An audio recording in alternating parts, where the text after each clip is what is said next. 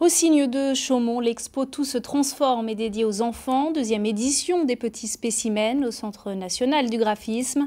Toucher, s'amuser pour mieux comprendre l'image et le son. Ambiance avec Alem Katab et Louis Duménil. C'est excellent. Tout produit un son ou une image. Même un pas, ça donne de la musique dans cette exposition. Les œuvres ici ne se regardent pas, elles se vivent. Et les ateliers sont bruyants.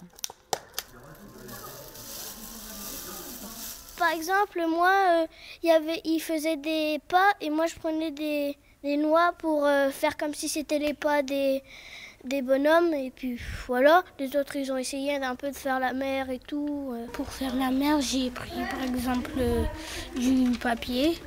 Tu peux faire des bruits avec du papier. Pour faire la mer, tu peux prendre ça. Faire la mer aussi. Tu peux prendre plein de trucs. D'inventer des bruits qui peuvent coller. Et c'est Patricia qui apprend à ce groupe à faire des bruits avec du sens. Créer du son sur de l'image pour des spectacles est son métier.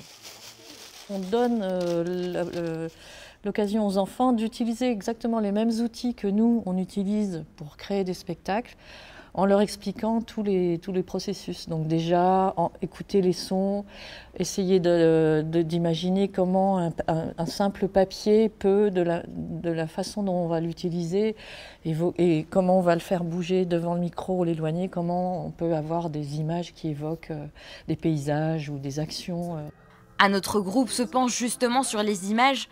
Comme avec le son, l'idée est de découvrir tout ce qu'on peut faire avec peu de choses. Guidé par Mathieu, vidéographiste depuis bientôt 20 ans. Se promener dans une ville ou dans une campagne, il y a une multitude de formes, de couleurs, de tressaillements, de mouvements qui font que tout ça crée aussi une sorte de musique de l'image en fait. Donc amener ça aux jeunes, c'est juste leur dire écoutez, regardez, il y a plein de choses autour de vous. Une volonté en fait de créer des ponts d'écoute et d'observation douce, lente, et c'est l'écoute de l'autre. L'atelier s'est terminé aujourd'hui, mais les œuvres sonores restent ouvertes au public jusqu'au 22 avril.